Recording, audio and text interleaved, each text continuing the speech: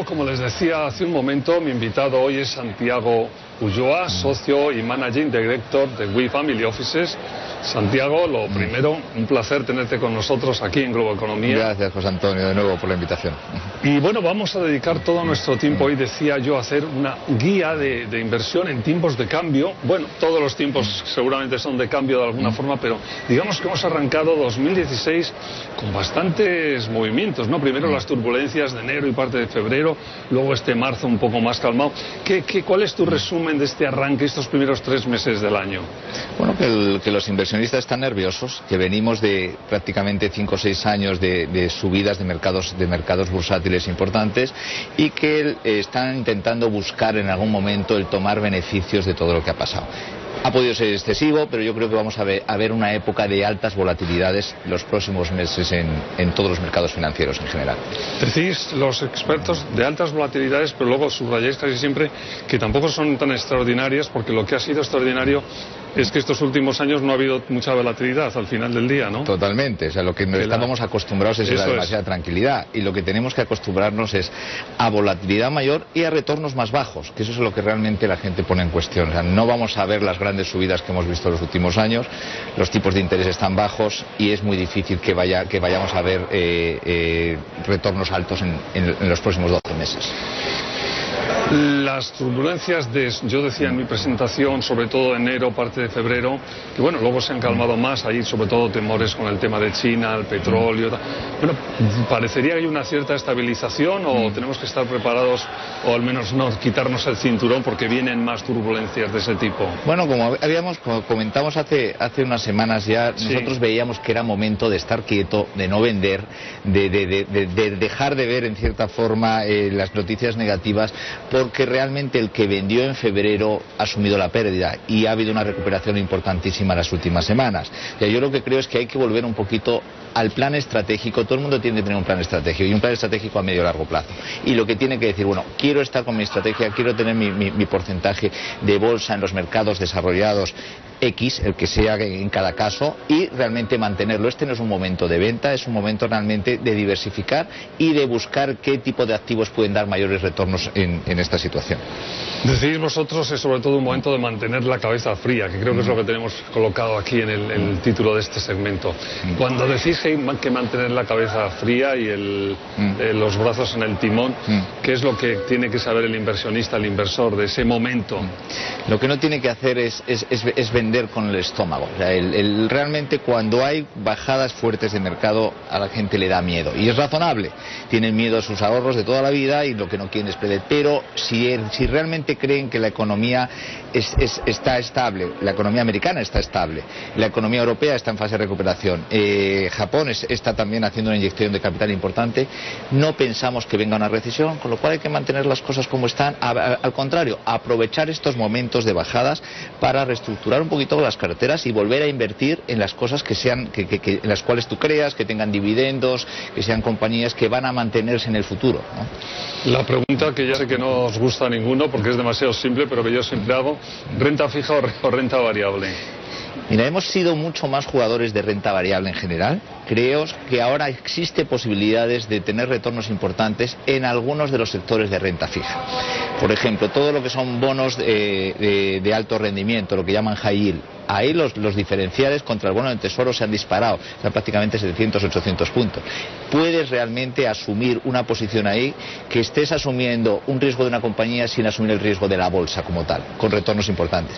Y por otro lado, siempre hay que tener una parte muy conservadora, o sea, hay que tener una parte que te proteja en momentos de volatilidad. Por eso sí que debemos tener algo en renta fija también, pero bien diversificado y buscando. Y por último, en los mercados emergentes, que han sido muy golpeados los últimos 2 años, existe una posibilidad tanto en el mercado de bonos como de bolsa, pero realmente en el mercado de bonos empieza a haber unos retornos muy interesantes. Interesantes. Bueno, luego vamos a hablar más de eso, porque vamos a dedicar un capítulo a un poco a oportunidades, pero antes de irnos, otra pregunta que también es obligada en estos temas del portafolio: ¿cuánto hay que tener en estos momentos más o menos en cash, en líquido, en vuestra opinión? Menos de lo que hubiésemos tenido hace 3 o 4 meses. Yo creo que el cash no te está pagando nada. todos los movimientos que ha habido en el mercado es por las expectativas de subida de los tipos de interés. Realmente los últimos comentarios de la presidenta de la Reserva Federal, de Yellen, es que las subidas van a ser más pausadas, posiblemente veamos una o dos a lo largo de todo este año. Graduales y cautelosas, ¿no? Graduales y cautelosas, y de hecho uno de sus comentarios ha sido que el mercado está haciendo su trabajo hoy en día, o sea, porque realmente el mercado es el que está moviendo y no están teniendo tanta necesidad de hacer la subida de los tipos de interés. Con lo cual, el efectivo no te va a pagar nada. Y si el efectivo no te va a pagar nada en Estados Unidos, en Europa no solo no te va a pagar, sino que te va a costar por los tipos de interés negativos. Con lo cual, tenemos que tener ese dinero en movimiento. Bueno, pues aquí tenemos que hacer una pausa, la hacemos, pero seguimos con el tema en cuanto volvamos en Globo Economía. Sigan con nosotros.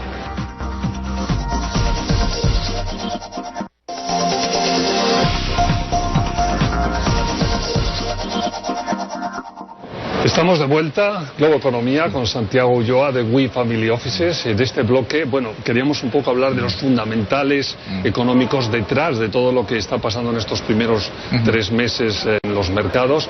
Ahí yo decía antes que la primera parte, enero, febrero, hubo muchas turbulencias y se oyeron muchas cosas. Por ejemplo, hablamos incluso de una potencial recesión. Vosotros hay que decir que en un papel que teníais, yo creo que de primeros de febrero o algo así, decíais que claramente no lo veíais. ¿Seguís sin ver ese escenario? ¿Cómo habéis evolucionado en este tercer mes, en marzo? Seguimos sin ver una situación de recesión, o la probabilidad de que eso pase, sí, la vemos muy limitada. Muy limitada. Sí, es que una vemos conversación como un poco exagerada, ¿no? Exacto, ¿no? Y luego realmente los datos que se ven de China, que era el principal promotor de la recesión a nivel global, o sea, sigue creciendo por encima del 6%. Sí. Y si analizamos un 6% de hoy, es muchísimo más que un 10% de hace 10 años. Claro. O sea, por el tamaño de su economía. Están en un movimiento de cambio, de pasar a ser netamente exportadores a ser una economía más interna, y todo eso está teniendo en cierta forma un movimiento interno incómodo, pero sí que vemos que se empieza a notar más demanda a nivel global. Estados Unidos está relativamente bien, sigue creciendo en unas tasas buenas. Europa, a pesar de todos sus problemas y toda la incertidumbre que crea la inmigración y los movimientos que ha habido, está estable. El Banco Central Europeo realmente ha apostado claramente que va a luchar para hacer lo imposible para que no entre en una recesión y para luchar contra la deflación. Y realmente del mercado de materias primas se empieza a ver un cierto sentimiento positivo. En general, sí, por el petróleo lo ha menos recuperado. Estabiliza, vamos, de que no se va más abajo, ¿no? Así es. Y de hecho el mercado de divisas también. También el mercado de divisas está un poquito más estable, sobre todo en mercados que han estado muy golpeados el año pasado contra el dólar, ¿no? El tema de los tipos de interés en Estados Unidos también haya habido un cambio. Arrancamos el año con que, bueno, prácticamente una amplia cantidad de analistas creía que iban a ser 4 las subidas, luego definitivamente como mucho 2, ¿no? Como mucho 2. Como mucho 2. Y ahora pues cualquier cosa, ¿no? Después de las últimas intervenciones de lo que hemos ido yendo de la FED, sobre todo que miran los datos y que van a ser cautelosos y graduales.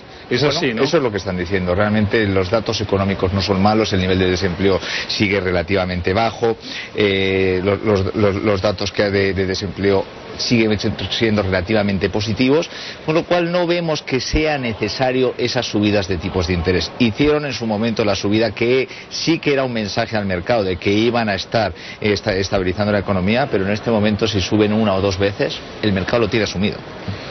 Vámonos a Europa. Ahí decías efectivamente ahora mismo que, bueno, que pese a todo no lo veíais tan complicado. Yo recuerdo que en el papel este último que leí de vuestro, mencionabais 2 temas que los tengo apuntados aquí como 2 positivos. Una eran los bajos precios del petróleo, que bueno, aunque se haya estabilizado, haya subido un poquito ahora, en torno a los 40 cuando grabamos este programa, pues sigue estando muy bajo. Y luego el tema también del euro depreciándose como tendencia también, que aunque haya subidas y bajadas, pero lo que veis ahí es un euro hacia abajo y un dólar hacia arriba, que puede favorecer mucho las exportaciones europeas, ¿no? Los europeos son netamente exportadores en general, y principalmente Alemania, entonces todo esto le va a beneficiar, y además son importadores de petróleo. El precio del petróleo ha sido una inyección gigantesca al consumo europeo. El riesgo que vemos en Europa, y que lo vamos a ver en junio, es el tema de Brexit, la posibilidad de que el Reino Unido se salga de la Unión Europea. No pensamos que vaya a suceder, pero realmente sería un tema complicadísimo y podía poner en juego toda la estabilidad de la Unión Europea. Y en concreto los mercados de valores verse muy afectados por... Y los mercados de valores. Entonces, a pesar de que somos positivos en general con la bolsa europea, porque vemos que hay valor, porque está mucho más barata que la bolsa americana, porque realmente las inyecciones de dinero que están habiendo están afectando positivamente, estaríamos cautelosos hasta pasado junio. Yo creo que no va a pasar. Nuestros parámetros de salida es que no se va a salir de la Unión Europea. Pero mejor cautela hasta que pase la fecha, ¿no? Así es un poco el punto. Otro escenario, vamos a repasar un poco los más significativos, que también estaba en vuestro papel, dedicaréis algo interesante a Japón. Bueno, en Japón hay como yo decía también en mi introducción, hay una división de opiniones entre gente que piensa que los Abenomics y todo lo que están haciendo en Japón pues no está funcionando. La verdad es que los resultados se ven todavía poquito, pero hay otro sector de analistas que creo que, no tú me dices, pero que ve que hay cosas que se van a ir viendo, las mejoras, y que van a ir afectando, sobre todo, decís vosotros, en el mercado de valores por un punto muy concreto, que es todo el tema de la obligación que van a tener los fondos de pensiones de incluir. Cuenta un poco eso, ¿dónde está esa oportunidad? ¿Cuál es ese escenario que os hace ser optimistas con el mercado en Japón? Tradicionalmente los fondos de pensiones japoneses han estado invertidos en renta fija. En porcentajes altísimos. Con los tipos de interés negativos en Japón, tienen que buscar otras opciones para poder pagar en un futuro las pensiones de una población que se está envejeciendo a pasos acelerados. La única forma que tienen que hacerlo es asumiendo o más posiciones en bolsa o más posiciones en activos y líquidos tipo mercado inmobiliario, private equity, etcétera. Finalmente, donde no estáis para nada confiados, donde no recomendáis, no es que veáis problemas en la economía, pero no os gusta la bolsa china por falta de expertise, sobre todo por falta de conocimiento, ¿no?, en detalle de lo que es. ¿Es así o todo? Más que falta de conocimiento es por falta de transparencia. De transparencia. El problema es que no sabes en qué estás invirtiendo. Sí que hay compañías muy sólidas que lo van a hacer muy bien, principalmente aquellas que sean más independientes del mercado local, con lo cual ahí tienes que jugar a través de gestores muy especializados y con mucha información local, pero pensamos que hay otra forma de realmente beneficiarte de la economía china, como puede ser a través de países limítrofes que pueden estar en cierta forma dando soporte o exportando en un momento determinado. ¿Qué países os gustan? ¿Alguno Bueno, por ejemplo, Australia se puede en un momento determinado beneficiar y se ha caído muy fuertemente, tanto por la moneda como por la bolsa, y también en un momento determinado sí que hemos visto algunos movimientos hacia países limítrofes como puede ser Vietnam, Indonesia o Filipinas, y que pueden llegar a ser exportadores en un momento determinado a China. Bueno, aquí nos ha terminado el tiempo de este segmento, pero vamos a hacer una pausa y cuando volvamos seguimos precisamente con esto que estamos hablando ahora, las oportunidades, ¿dónde están más claras? Sigan con nosotros, Globo Economía.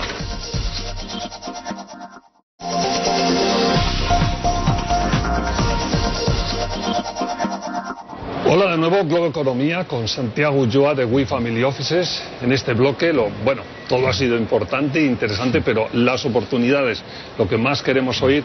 Y vamos a empezar quizás por las geográficas, donde, ya decías algo antes de los países un poco en torno a China, pero ¿dónde geográficamente están los mercados de oportunidad en este momento, después del primer trimestre de 2016? Bueno, a diferencia un poco de lo que hemos vivido los últimos años, empezamos a ver oportunidades en mercados emergentes, cosa que antes habíamos estado relativamente negativos, tanto en el mercado bursátil como en el mercado de bonos, de renta fija.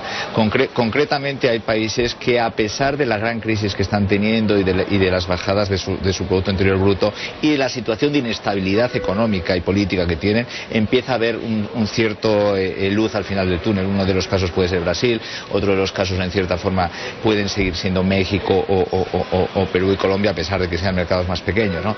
Y en el tema de bonos, en tanto en deuda corporativa como deuda gubernamental, hoy en día los diferenciales empiezan a compensar el poder poner dinero en riesgo en estos mercados.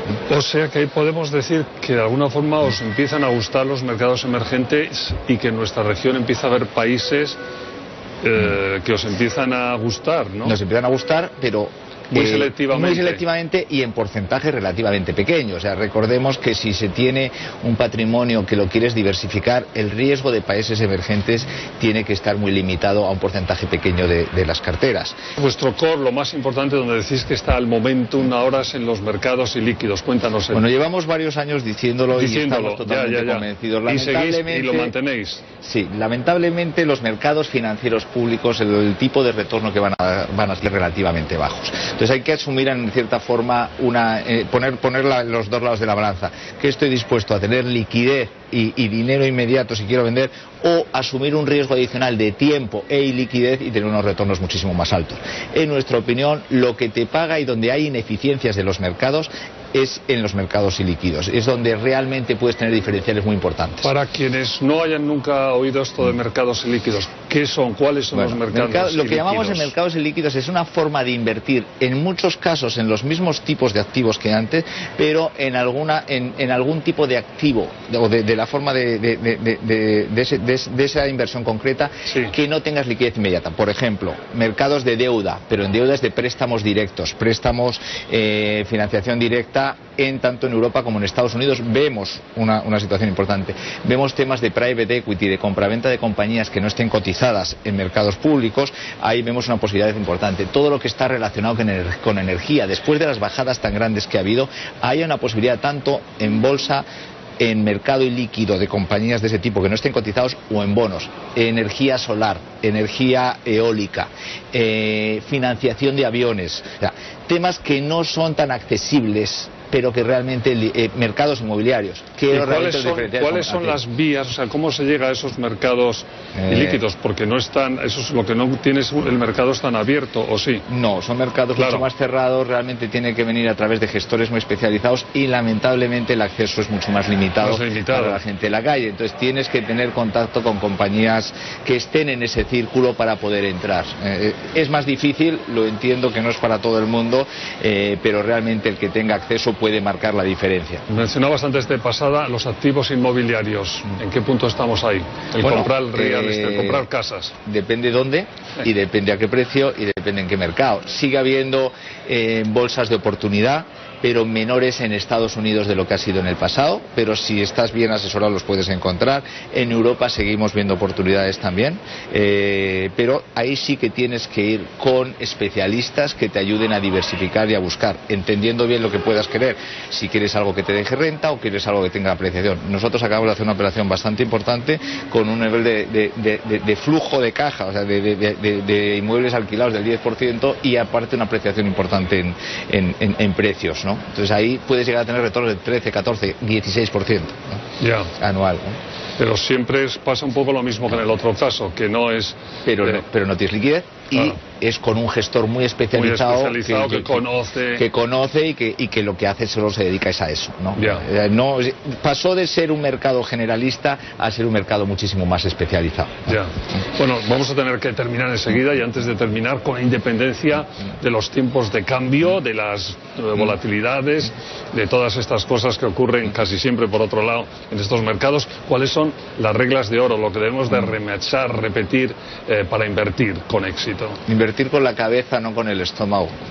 Realmente respirar antes de tomar una decisión, revisarlo varias veces, porque realmente las peores decisiones se toman cuando uno se pone nervioso. Si realmente te gusta algo y estás convencido porque has hecho tu análisis y tienes los fundamentales buenos, si baja puede ser mejor porque vas a comprar lo mismo a mejor precio. Lo único que tienes que ver hasta qué punto te llegas a concentrar en una sola situación, ¿no? Santiago, pues hasta aquí podemos llegar, se nos ha terminado el tiempo, muchísimas gracias. Gracias a ti. Fue Santiago Ulloa, socio y Managing Director de We Family Offices. Muchas gracias por estar con nosotros, gracias a ustedes por su atención. Recuerden que si quieren estamos por más en 7 días desde aquí, desde el New York Stock Exchange, Globo Economía. Hasta la próxima semana.